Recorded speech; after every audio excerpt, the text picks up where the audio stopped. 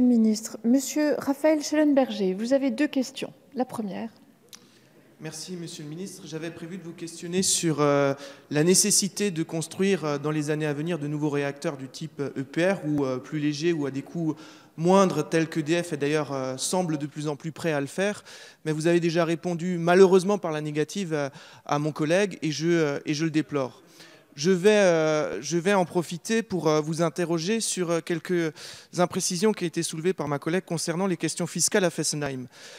D'abord, soulever que la fermeture de Fessenheim, c'est effectivement 15 millions d'euros par an de fiscalité en moins pour le territoire, à un moment où jamais le territoire n'aura eu autant besoin de moyens pour mettre en place les outils de la transition. Et vous savez, Monsieur le Ministre, que le département du Haut-Rhin est particulièrement engagé en matière de développement des énergies renouvelables.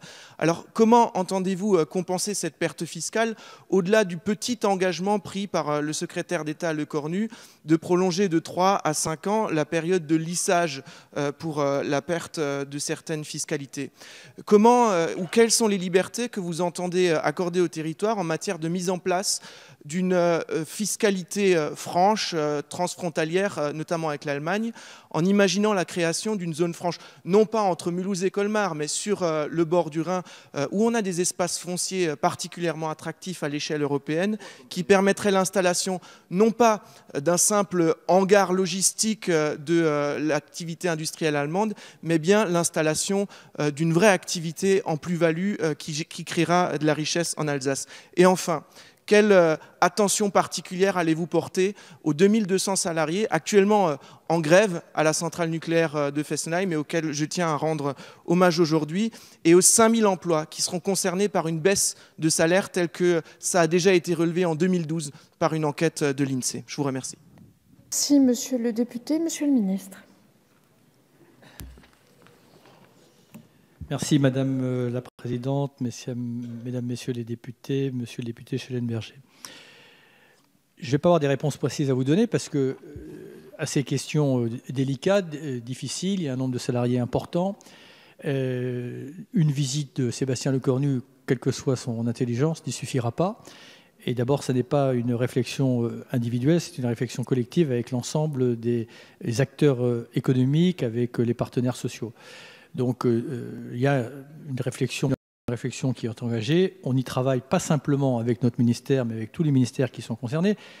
Je reste quand même convaincu que dans la transition énergétique, très sincèrement, oui, il va y avoir, mais pas dans une grande brutalité, parce que je l'ai dit pour le nucléaire, c'est peut-être moins aisé sur le charbon. On ne ferme pas une centrale comme ça, donc les choses, on a un peu de temps devant nous.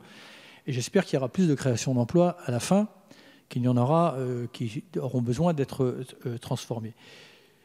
Sur la fiscalité, à ce stade, rien n'est fermé. Vous avez parlé de l'éventualité, pourquoi pas, d'une zone franche.